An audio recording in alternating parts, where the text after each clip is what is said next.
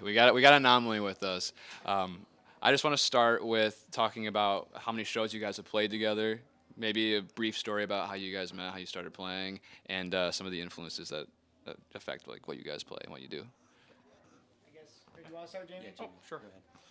So we've been a band for about 5 years. Oh wow. Yep, we started during quarantine. We didn't really have anything to do.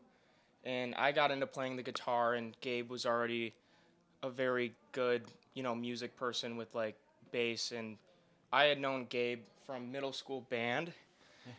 And I think I posted a video of myself playing, and Gabe told me that I sucked and said we should start a band. So that's kind of how we came to be. And then we were supposed to have a different drummer, but I think he ditched our first rehearsal. And then Gabe was like, I know a guy, we can ask him. And then Brennan showed up. And then we just kind of like practiced every single day. Like at 6 p.m., we practiced a lot. We wrote a lot of music.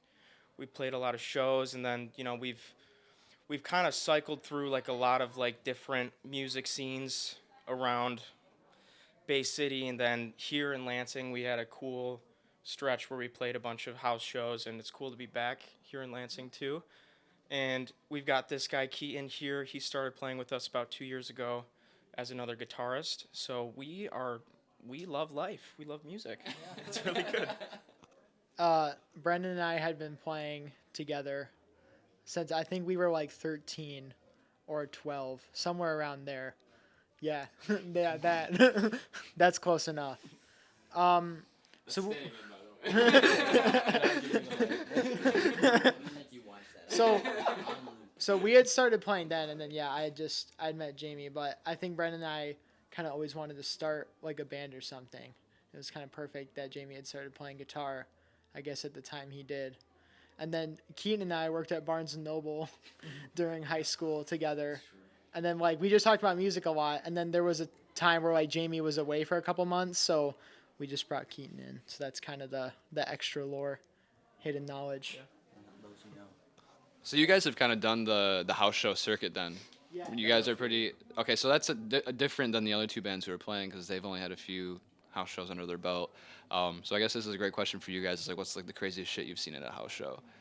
Well, either that you've played at or that you've been partying at.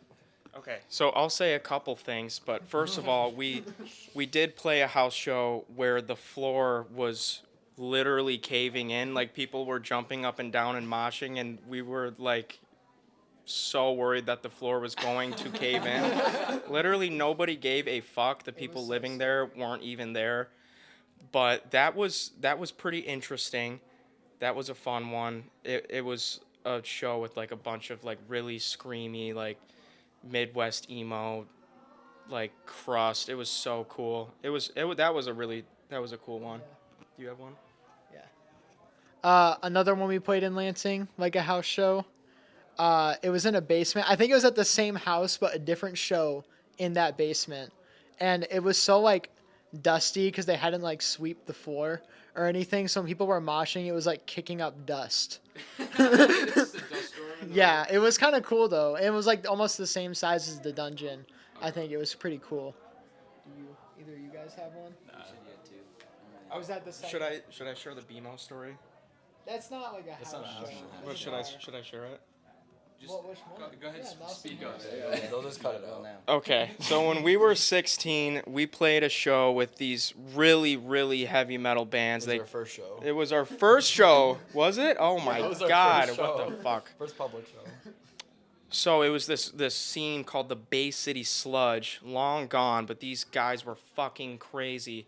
And there was this one band where the singer like pulled out a Bible and just started fucking eating it and and throwing it around the crowd. That was crazy, dude. And we were just like so little. But I think it was actually kind of influential to us subconsciously for sure. It's kind of metal as fuck if you think about it. It was very cool. They were like passing the pages around to have people like eat in the Yeah. crowd. It was pretty cool. Talk about crowd work, dude. So what are we to expect from Anomaly tonight? Like what kind of sounds, what kind of influences, covers, originals? What are we doing tonight? We're doing our original music. We have an album we are releasing soon that we've been recording ourselves. um, yeah. So yeah, we are releasing that all original stuff tonight. We're gonna play our original stuff because it's fun and we like to express ourselves, and I think people will actually like it and go through with it. Some of our influences, we all love Car Seat Headrest a ton. It's one of our favorite bands. I mean, I know Jamie and I have always listened to Title Fight and stuff like that. And at the core, there's definitely some grunge, Nirvana, and Alice in Chains in there for sure. The other side of the influence is that Brendan and I are both like jazz musicians. This is true. So I don't know how much that comes out in our playing or not, but that's something else that we do that I think maybe I would say like us, like how we play. Is that your background? Is it jazz? Yeah, kinda. I'd say. Yeah. Yeah. To an extent. Gabe, At least like for like what Brendan and I play together. I mean, that's Outside what we of- spend the most time mastering and stuff. Yeah, that's true. I do probably a lot of jazz. Yeah.